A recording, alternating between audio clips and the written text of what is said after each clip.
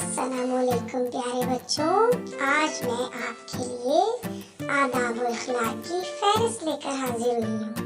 सबसे पहले है सुबह उठते ही वालिदैन को सलाम करें और सुबह उठते ही नमाज और कुरान पढ़ें। स्कूल जाते वक्त वालिदैन को खुदा हाफिज करें। खाने से पहले बिस्मिल्लाह पढ़ें। किसी से कोई चीज मिलने पर इसे शुक्रिया कहें। अपने बड़ों का अदब करें। गरीबों की मदद करें।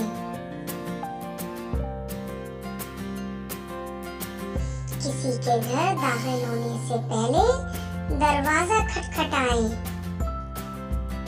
प्यारे बच्चों, ये तमाम आदब और अखलाक पर अमल करके आप अपने आप को एक अच्छा बच्चा साबित करेंगे और मुझे उम्मीद है आप इस पर जरूर अमल करेंगे।